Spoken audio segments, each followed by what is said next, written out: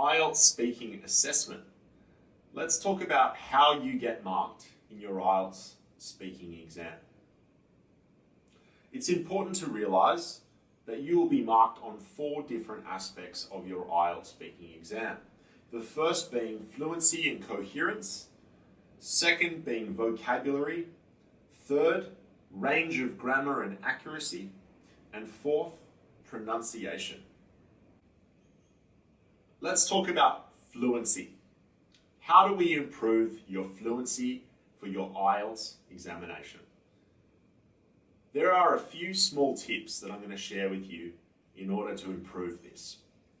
The first is understand commas and full stops. If you're someone that's done a lot of reading in preparation, make sure you read aloud. Make sure you read to yourself, but make sure you're aware of why there is a use of a comma in a sentence. What does it mean if there's a full stop? Actually, when we read, this makes a big difference, and it also makes a big difference to the way a sentence sounds. A comma in a sentence can allow for more impact at the end of a sentence. Let's look at 2 examples.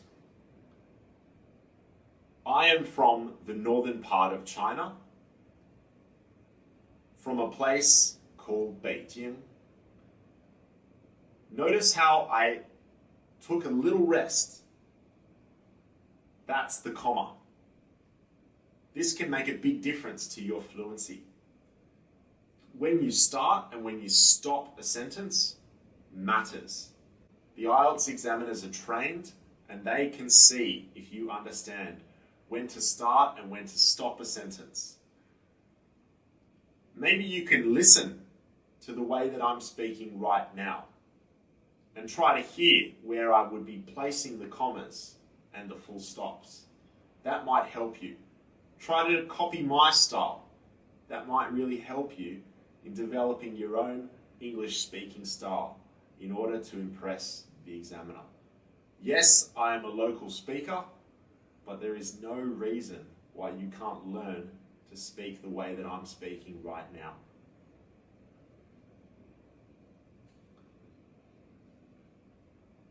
One of the other best tips that I can share with you and that I always tell my students to use is to stop saying things like I am from or I will go to. I cannot see very well. To make your sentences more fluent, to make your English more local, you should be saying I'm, not I am. You should be saying I'll, not I will. You should be saying I can't, not I cannot. Simply by changing your English in this way, you will boost your marks in fluency and cohesion for your IELTS speaking exam. I'm going to provide many examples of this, and I think it will be really helpful if you create your own sentences using that language. Make sure you practice this. You need to develop good habits of speaking English. This will really assist you in boosting your fluency marks. Very simple changes that will raise your marks. The next point that I'd like you to all learn about IELTS speaking and boosting your fluency is learning a few what I like to call linking terms or linking words. Many of my students simply just don't know how to start a sentence. Now for part 2, we have lots of different things that we need to answer. It's very difficult to answer those questions if you don't introduce them. As I said earlier, introductions are really important when we speak English. So linking terms like in terms of. So if we have to describe an important time in our life, and then we need to talk about why.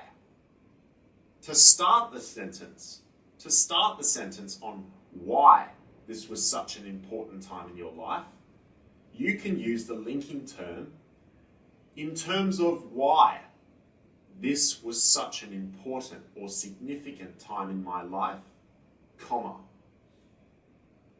I think it's because I met one of my closest and best friends. That's one example of a linking term. This will help your fluency. For those of you who don't know how to start your sentences, you need to start learning these linking terms. Another linking term is firstly. Another example of a great linking term is firstly, and it's very simple to use. Always remember the comma after firstly. For example, firstly, one of the reasons he is such a good leader is because he's such a great communicator